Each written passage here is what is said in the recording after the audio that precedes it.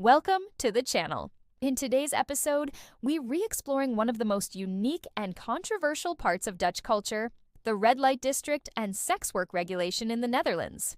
We'll dive into its deep history, how the legal framework works today, the challenges sex workers face, recent controversies and reforms, and what the future might hold.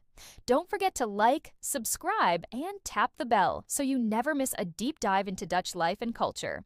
Sex work in the Netherlands dates back to the Middle Ages, when cities tolerated it to protect women and maintain public order.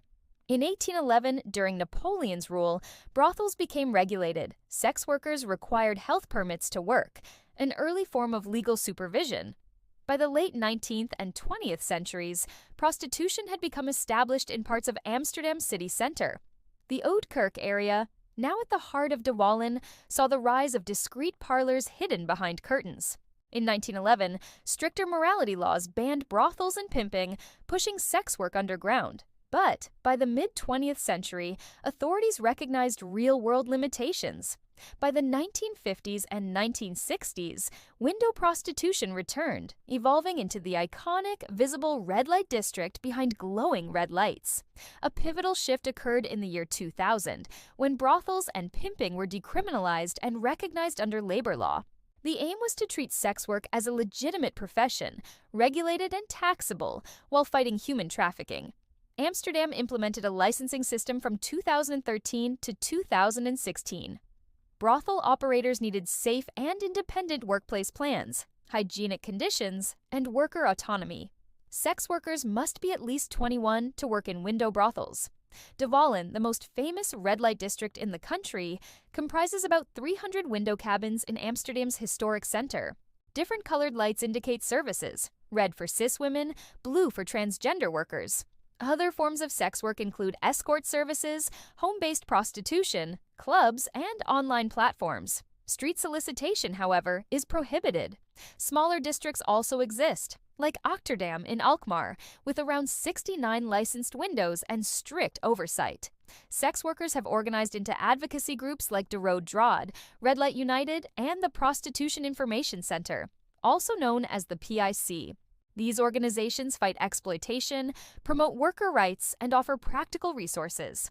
The Prostitution Information Center, founded by former sex workers, runs educational programs and tours.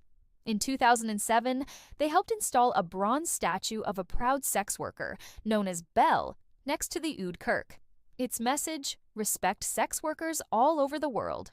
Estimates suggest that between 15,000 and 30,000 sex workers are active across the Netherlands in various forms.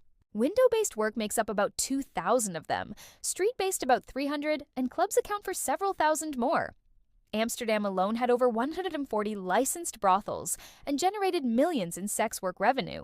Sex workers typically set their own rates, with a standard session often starting around €100. Income is taxable, and some sex workers are officially registered as self-employed. While health checks are not mandatory, many brothels and clubs encourage regular STI testing. Sex workers often provide documentation to clients or brothel managers. However, there's still no nationwide medical screening program. Prostitution hotels are banned, and sex workers are not allowed to operate out of licensed hospitality venues. Solo, home-based sex work is legal, but must meet zoning and safety regulations. Police enforce strict rules, such as no public drinking, no loitering, and no photographing sex workers. Tourists caught taking pictures without consent can be fined up to €140. Despite the legal framework, human trafficking remains a serious concern. Estimates suggest there may be up to 3,600 trafficking victims in the Netherlands, some of whom may be working in legal establishments. In response, authorities have closed dozens of brothels linked to criminal networks, especially in Amsterdam.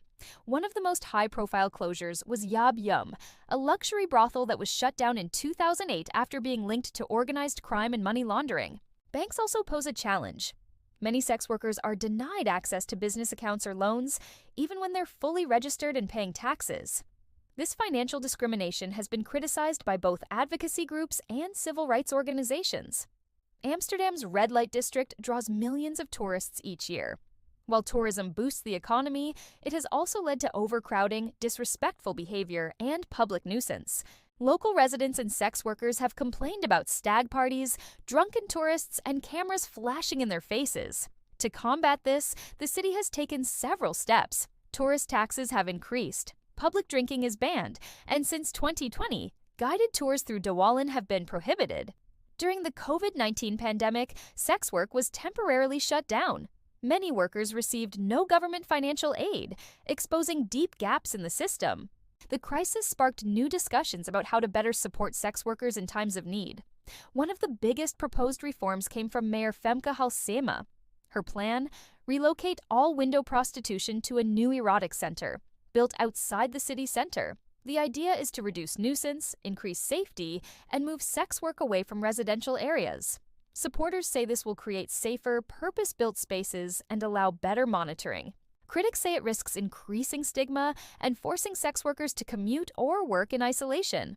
Other proposals include covering windows, reducing brothel licenses, or moving prostitution entirely online.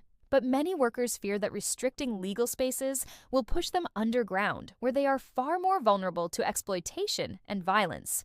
The Netherlands' tolerant approach, often called gedoogbeeleid, is praised for being pragmatic. By regulating sex work, authorities aim to reduce harm, increase safety, and protect rights.